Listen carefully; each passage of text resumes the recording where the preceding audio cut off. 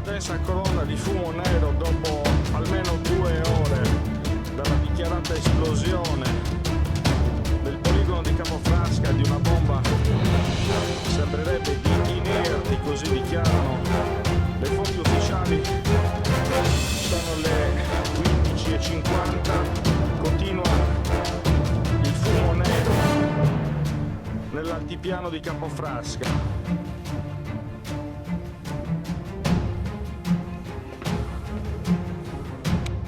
Una densa colonna di fumo nero dopo almeno 2 ore dalla dichiarata esplosione